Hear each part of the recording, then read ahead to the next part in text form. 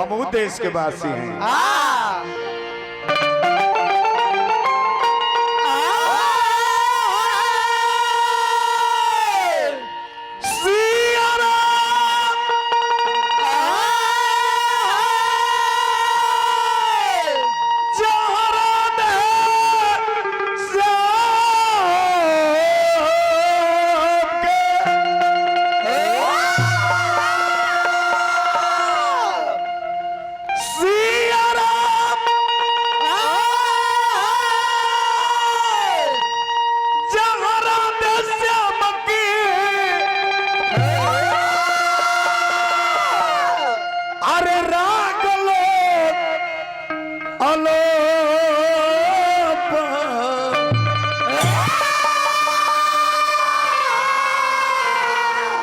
धन धरती है भारत देश के, धन धरती है भारत देश के, हर कीर्तन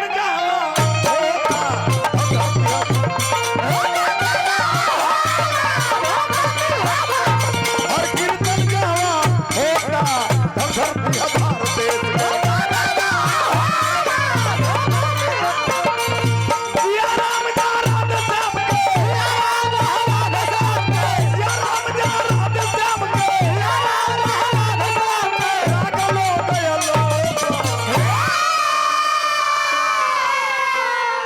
धन धरती है भारत देश के, धन धरती है भारत देश के, हर कीर्तन जहवा होगा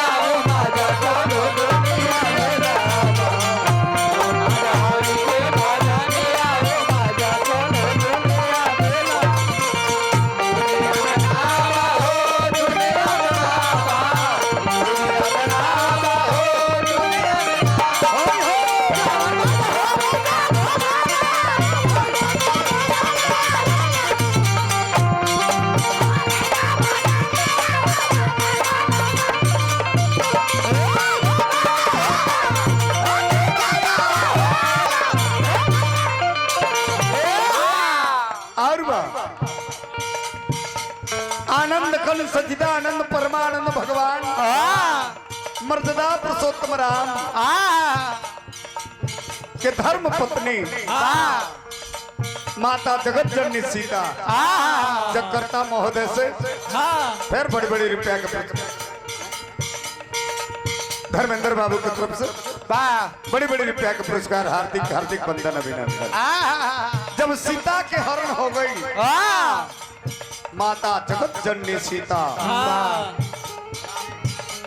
रावण के विमान पर बैठल बानी चिल्ला तनी बचाओ बचाओ बचाओ बचाओ। सुनसान जंगल घनघोर में माता के रुदन सुने वाला कोई ना रहे। सुन ले के संपाति के वो छोट भाई रहे जकरा नाम रहे गिद्धराज जटायु।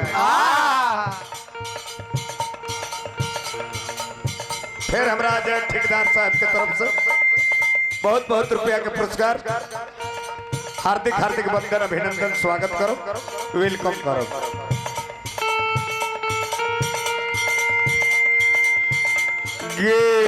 गिद्धराज सुनी आरत बानी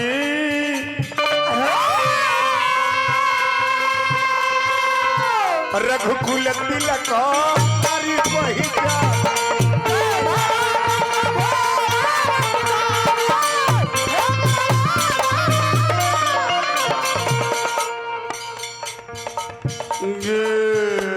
गिद्धराज सुनी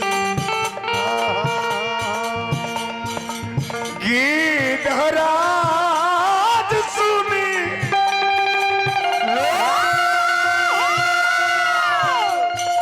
और गिद्धराज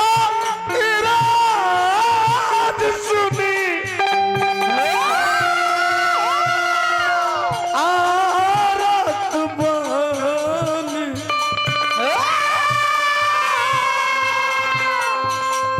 रघुकुल तिलक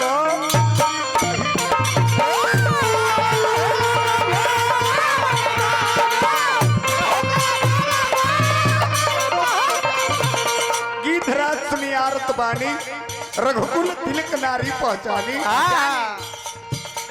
धर्मेंद्र भैया हमर देश के प्रपाटी हो एगो फिटिंगा भिजिंदा रही हमर देश से कोई इज्जत और आबरू बेटी बहन के ना छीन सकेला।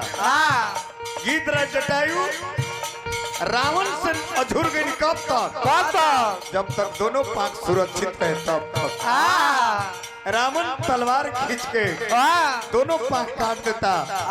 गीधराज जटायु खून से लथपथ शरीर बा फिर भी भगवान के नाम के उच्चारण नहीं किया।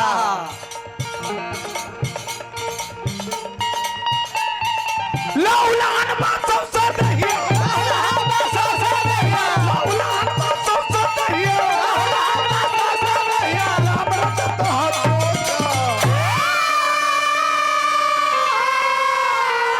लहू लहान बसों से दहिया राम रटत बा चोचा धन धरती है भारत देश के हरि कीर्तन जहवा होता। धर्मेंद्र बाबू जब भगवान अपना धर्म पत्नी के खोजत पूछन लगे खग मृग श्रेणी देखा सीता मृग नैनी। वन में जब खोजत गीधराज जटायु के जब खून से लथपथ शरीर देखने का भाई गोदी में उठा लेने बोला गीधराज जटायु बोला रामर कर दी आवागमन से मुक्त कर दी कले की नाम मालिक जन्म जन्मांतर तक पूजा पाठ साधन लोग करेला अमृत खुनी नाम में भूला जाला। आज तो बड़भागी बानी जे अंतिम सांस दुनिया के मालिक करुणा निधान के गोदी में लेता है। गीधराज जटायु भगवान से कहता तरस लगी प्रभु राखयु प्राण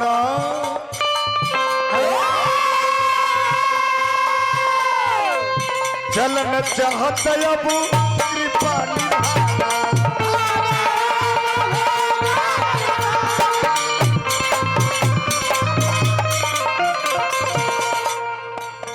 हमर देश के आदमी तो आदमी हमारा पंछी भी भगवान के चरित्र के चित्रण के व्याख्या खोके अपने भी बैकुंठ कैले उनकर जे कथा सुन ले उनको बैकुंठ भेजा दे।